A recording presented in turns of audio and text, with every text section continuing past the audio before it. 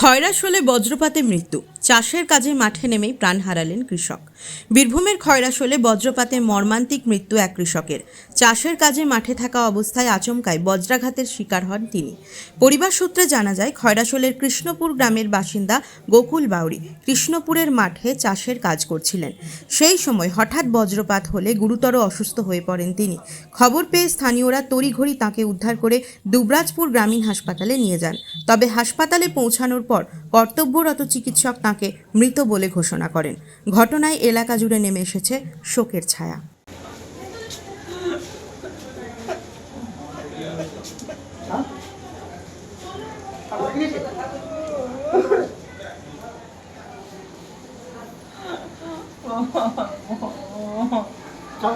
মাঠে কাজ করতে গিয়েছিলাম। মাঠে কাজ করতে যাওয়ার পর তখন বাজে প্রায় 3:15-20 এরকম হয়, যে আমাদের বাড়িতে খবর দেয় যে এরকম মাঠে বড় জায়গাতে আঘাত হয়েছে। তারপরে আমরা ঘর থেকে যাই, সেখানে থেকে নিয়ে আসি, যেখানে আঘাত হয়েছে সেখান থেকে নিয়ে এসে এই হসপিটালকে নিয়ে আসা হয়েছে।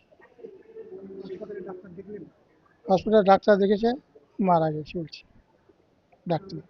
আমাদের কৃষ্ণপুর গ্রামে বড়জোর এলাকায় বরপুকুর বলে একটা মাঠ আছে, জমি আছে ওখানে, ওইখানে মারা গেছে, ওইখানেই ওই আঘাত হয়েছিল।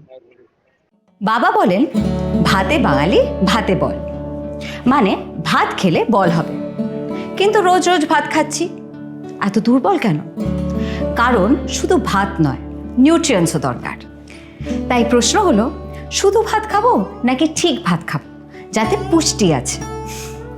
তাই আমি বেছে নিলাম সোনা ভারত ফর্টিফাইড রাইস, যার মধ্যে আছে 5টা মাইক্রোনিউট্রিয়েন্টসের গুণ: zinc, vitamin B12, B3, iron and folic acid, যা শরীরকে সুস্থ আর শক্তিশালী বানায়। সোনা ভারত রাইস, খেলেই বুঝবেন।